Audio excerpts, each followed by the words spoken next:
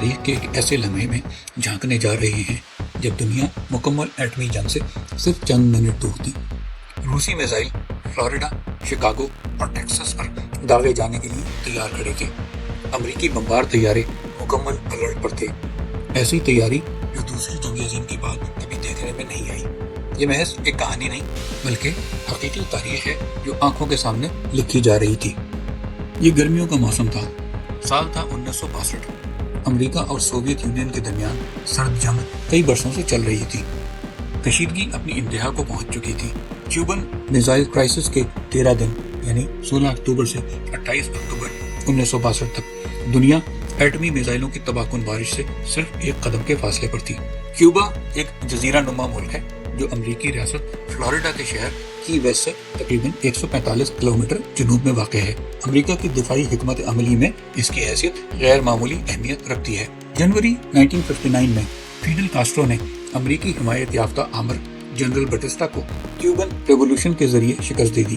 اس انقلاب کے بعد اقتدار میں آتے ہی فیڈل کاسٹرو نے امریکی کمپنیوں کو قومی تحویل میں لے لیا، جن میں بینک، آئل ریفائنریز، شوگر اور کافی کی پلانٹیشن یعنی چینی اور کافی کے کھیت شامل تھے۔ اس کے جواب میں CIA نے فیڈل کاسٹرو کو ہٹانے کا منصوبہ بنایا، جسے مارچ 1960 میں صدر آئزن ہاور نے منظور بھی کر لیا۔ اسی دوران امریکہ نے کیوبا پر تجارتی پابندیاں لگا دی۔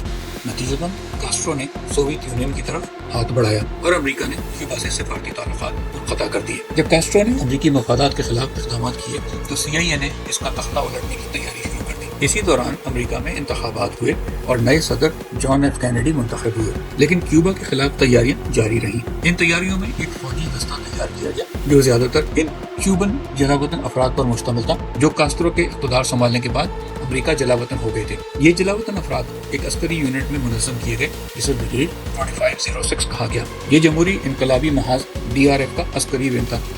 CIA نے اس بریگیڈ کو گواٹیمالا میں تربیت اور فنڈنگ فراہم کی۔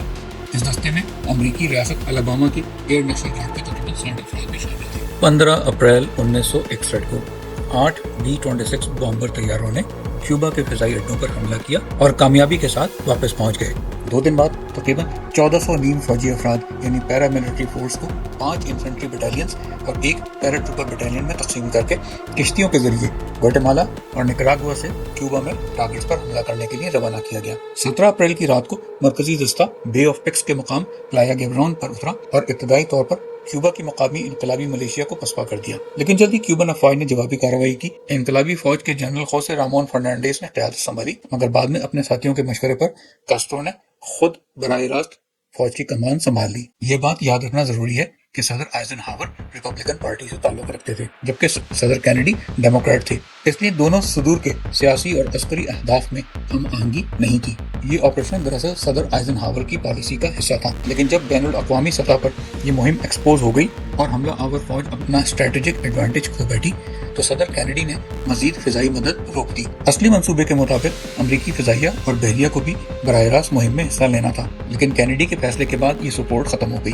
اس کمی نے مہم کو تباہی کی طرف دھکیل دیا۔ صرف 3 دن میں یہ دستہ شکست کھا گیا۔ 20 اپریل کو وہ ہتھیار ڈالنے پر مجبور ہو گئے اور امریکی پیراملٹری فوج نے کیوبن انقلابی فوج کے سامنے ذلت آمیز شکست کھائی۔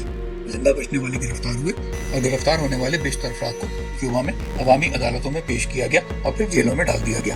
بے آف پکس کی ناکام مہم کے بعد امریکہ نے اپنی حکمت عملی بدلی اور ایک نیا منصوبہ بنایا۔ 1961 میں امریکہ نے آپریشن مونگوز شروع کیا۔ یہ منصوبہ صدر جان ایف کینیڈی نے منظور کیا اور اس کی قیادت CIA کے سپرد کی گئی۔ مقصد تھا کیوبا کو اندر سے کمزور کرنا اور فیڈل کاسٹرو کی حکومت کا خاتمہ کرنا۔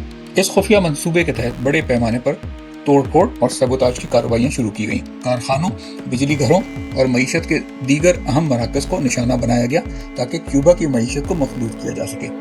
اس کے ساتھ ساتھ پروپیگنڈا مہم چلائی گئی، ریڈیو نشریات اور پیمفلیٹ کے ذریعے عوام کو کاسٹرو کے خلاف بھڑکایا گیا۔ CIA نے کیوبا کے اندر موجود مخالفین کو ہتھیار اور تربیت بھی فراہم کی تاکہ وہ گوریلا جنگ اور خفیہ کارروائیاں کر سکیں۔ کاسٹرو کو قتل کرنے کے کئی منصوبے بنائے گئے، کبھی زہر دینے کی کوشش ہوئی، کبھی بم نصب کرنے کی، لیکن سب ناکام ثابت ہوئے۔ ان سب کے باوجود آپریشن مونگوز اپنے مقاصد حاصل نہ کر سکا۔ نہ تو کاسٹرو مرا اور نہ ہی اس کی حکومت کمزور ہوئی۔ اس کے برعکس اس آپریشن نے امریکہ اور کیوبا کے درمیان کشیدگی کو مزید بڑھا دیا اور سرد جنگ کے ماحول کو اور زیادہ بھڑکا دیا۔